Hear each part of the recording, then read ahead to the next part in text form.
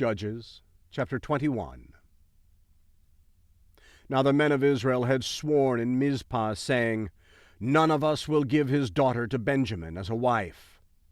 The people came near to Bethel, and sat there until evening before God, and lifted up their voices, and wept severely. They said, The Lord, the God of Israel, why has this happened in Israel, that there should be one tribe lacking in Israel today? On the next day the people rose early and built an altar there, and offered burnt offerings and peace offerings. The children of Israel said, Who is there amongst all the tribes of Israel who didn't come up in the assembly to the Lord? For they had made a great oath concerning him who didn't come up to the Lord to Mizpah, saying, He shall surely be put to death. The children of Israel grieved for Benjamin their brother, and said, There is one tribe cut off from Israel today. How shall we provide wives for those who remain, since we have sworn by the Lord that we will not give them of our daughters to wives? They said, What one is there of the tribes of Israel who didn't come up to the Lord to Mizpah? Behold, no one came from Jabesh-Gilead to the camp to the assembly. For when the people were counted, behold, there were none of the inhabitants of Jabesh-Gilead there.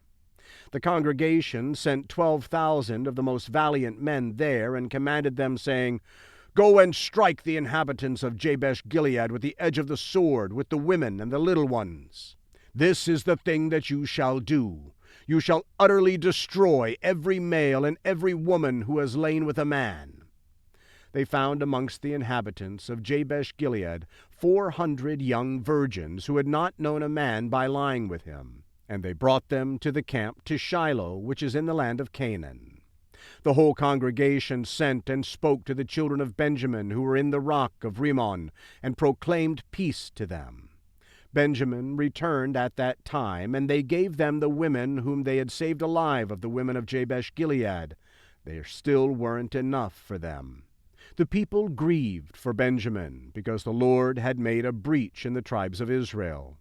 Then the elders of the congregation said, How shall we provide wives for those who remain, since the women are destroyed out of Benjamin? They said, There must be an inheritance for those who are escaped of Benjamin, that a tribe not be blotted out from Israel. However, we may not give them wives of our daughters, for the children of Israel had sworn, saying, Cursed is he who gives a wife to Benjamin.